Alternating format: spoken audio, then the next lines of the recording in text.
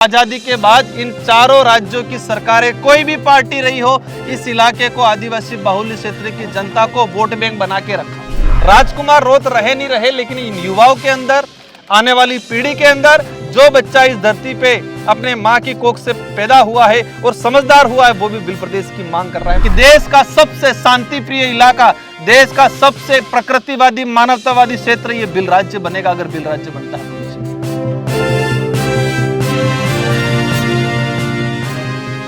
नमस्कार दोस्तों, मैं हूं श्याम सुंदर। आज 17 जुलाई 2025 है और हम मौजूद हैं मानगढ़ धाम पर, जिसको कहा जाता है भीलों की बलिदान भूमि।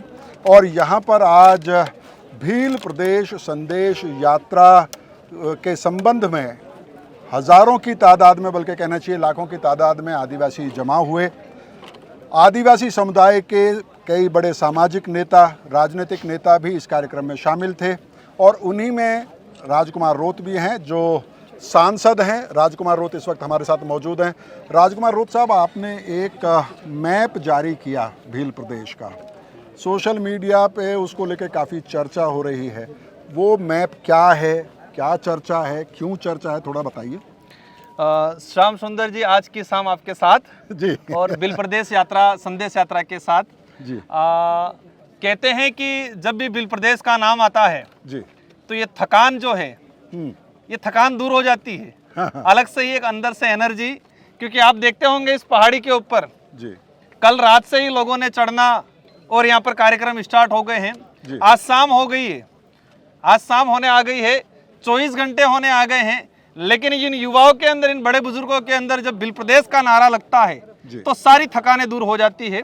ये बिल प्रदेश संदेश यात्रा जो आज निकाली गई थी आपके चैनल के माध्यम से, सारे दर्शकों को मैं कहना चाहूँगा बिल प्रदेश के इतिहास को जानना जरूरी है। मैं कोशिश करूंगा आपके दर्शकों को 1 मिनट के अंदर ये इतिहास जाए। 1913 के अंदर जो मानगढ़ पर शहादत हुआ, उस इतिहास को कुछ इतिहासकारों ने राजनीतिक षड्यंत्र के प्रभाव में आके झूठा इतिहास लिखने का काम किया। किताबों में लिखा गया, अधिकतर किताबों में, कि गोविंद गुरु महाराज के नेतृत्व में शराब मुक्ति अभियान चलाया जा रहा था, सही बात है। भक्ति आंदोलन हो रहा था, सही बात है। उसमें ये कह रहे हैं ये, और विशेषकर भाजपा के लोग, कि गोविंद गुरु महाराज हवन कर रहे थे और हवन के दौरान अंग्रेजों ने गोली चला दी। हमारे देश का इतिहास के अंदर कहीं ऐसा नहीं मिलेगा कि हवन करने से, भजन कीर्तन करने से अंग्रेजों को दिक्कत हो गई और गोली चला दी, ऐसा कहीं इतिहास नहीं मिलेगा। लेकिन ये लोग आने वाली पीढ़ी को इस तरह से इतिहास को तोड़ मरोड़ के पेश कर रहे हैं। हकीकत ये था, अलग बिल राज की मांग की थी 1913 में जी, इसीलिए इससे पहले से लड़ाई चल रही थी और इसीलिए 1896 में अंग्रेजी शासन व्यवस्था के अंदर ही बिल कंट्री के नाम से इस एरिया को आइडेंटिफाई किया था अंग्रेजों ने। और उसी का परिणाम है कि शेड्यूल 5 जो प्रावधान लागू हुए, ट्राइबलों को विशेष राइट है। तो ऐतिहासिक पृष्ठभूमि से बिल प्रदेश का जो आधार है, डिमांड, एक वाजिब और मजबूत आधार है जी। इसके बाद मैं, आज मुझे कह रहे हैं राजकुमार ने ये कर दिया, राजकुमार ने ये कर दिया जी।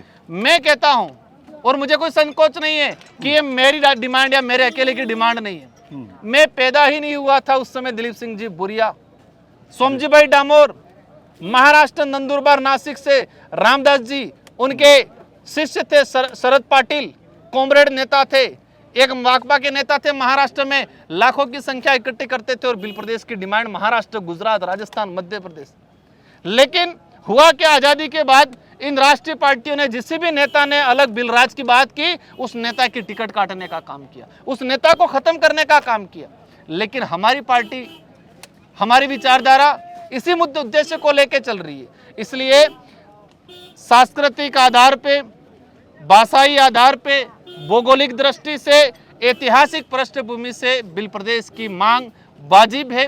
और एक बात ये भी मैं आपके चैनल के माध्यम से उन नेता को कहना चाहूंगा जिनको बिल प्रदेश की मांग से दिक्कत है, मान गया आपको दिक्कत है, लेकिन आप ये भी बता दें, इस बिल प्रदेश टेरिटरी को आपने 4 भागों में बांटा, 4 भागों में बांटा। उसका दुष्परिणाम ये रहा कि आज चारों राज्यों का सबसे पिछड़ा इलाका, शैक्षणिक दृष्टि से पिछड़ा, स्वास्थ्य की दृष्टि से सबसे ज्यादा पलायन इसी इलाके से होता है, मतलब आजादी के बाद इन चारों राज्यों की सरकारें, कोई भी पार्टी रही हो, इस इलाके को आदिवासी बाहुल्य क्षेत्र की जनता को वोट बैंक बना के रखा। सैद्धांतिक तौर पे आपकी बात सही है। आपने उसके ऐतिहासिक साक्ष्य भी पेश करने की कोशिश की है, लेकिन आज के हालात में अगर देखें तो 4 राज्यों में भील प्रदेश के वो ज़िले बटे हुए हैं जिन्हें जोड़ के आप भील प्रदेश बनाने की मांग करते हैं। क्या आपको नहीं लगता कि काफ़ी कॉम्प्लिकेटेड है 4 राज्यों को समझाना, उनकी विधानसभाओं से प्रस्ताव पास कराना, संसद में जाना, केंद्र सरकार को मनाना?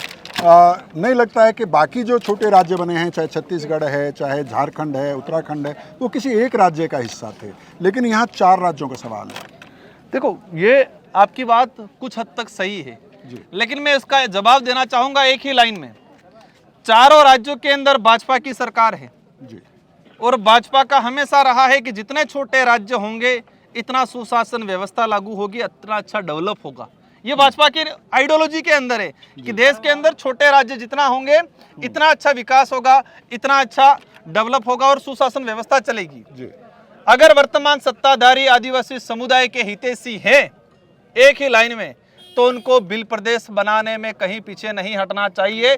चारों राज्यों के अंदर एक दिन के अंदर प्रस्ताव पास करके केंद्र को भेज के, चाहे सरकार तो कुछ दिनों के अंदर भील प्रदेश का कर सकते हैं, लेकिन भील प्रदेश समुदाय जो है, आदिवासी समुदाय, वो भोला भाला समुदाय, इन समुदाय को छोटी छोटी योजनाओं में, प्रलोभन वाली, लालच वाली योजनाओं में ले जाके वोट बैंक बनाने का प्रयास किया।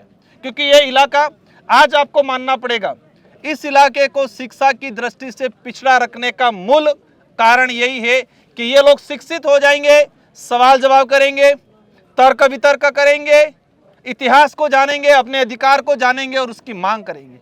इसीलिए इस इलाके को शिक्षा से वंचित रखने का काम किया। आज गांव में देख सकते हो, आप दिल्ली से आए हो, आज गांव में ऐसी स्कूल है जो खुले आसमान में चल रही है, एक कमरा नहीं है, 300-400 बच्चे पढ़ रहे हैं, 2 टीचर पढ़ा रहे, ऐसी स्कूल है। सरकार की पॉलिसी है बच्चे डिग्री प्राप्त करें, बच्चे मार्कशीट प्राप्त करें, लेकिन बच्चों को नॉलेज नहीं मिले। और नॉलेज भी ऐसा देना चाहते हैं ये लोग जो नॉलेज काल्पनिक है, वास्तविक इतिहास को नहीं बताना चाह रहे। जी राजकुमार जी, आप भारत आदिवासी पार्टी के एकमात्र सांसद हैं। लोकसभा में आप इस मांग को उठाने की आप कोशिश कर चुके हैं। एक सांसद के लिए कैसे ये संभव है कि इतनी मजबूत सरकार को, अमित शाह को, नरेंद्र मोदी को आप अपनी बात मनवा सकें? देखो, आपने कहा एक वाली बात, इस पे अगर ऐतिहासिक पृष्ठभूमि के अंदर जाए तो कई ऐसी घटनाएं मिलती हैं जो प्रयास एक या 2 लोग ही करते हैं जी। कभी भी कोई शुरुआत करता है तो समूह बड़ा सब या संख्या बल बन के नहीं करते हैं, शुरुआत करने वाले कुछ लोग ही होते हैं।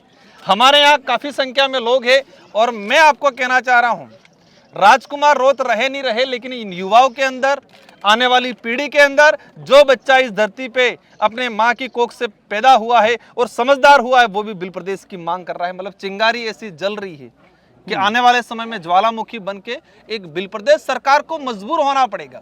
ये बात है कि सरकार या तो पहले कर दे, इच्छा से करना, और मजबूर होकर करना। अगर सरकार इच्छा से नहीं करती है तो इसका तात्पर्य ये होता है कि सरकार इस इलाके के लोगों को, आदिवासी समुदाय को पिछड़ा ही रख के वोट बैंक बनाना चाहती है। अगर लेकिन संघर्ष का होगा, आज नहीं तो कल बनेगा, 5 साल बाद बनेगा, 10 साल बाद बनेगा, लेकिन सरकार को मजबूर होके भी बनाना पड़ेगा। अब सवाल 2 हैं, या तो वो इच्छा से बनाए या मजबूर होके बनाए या जन दबाव में बनाए। हाँ।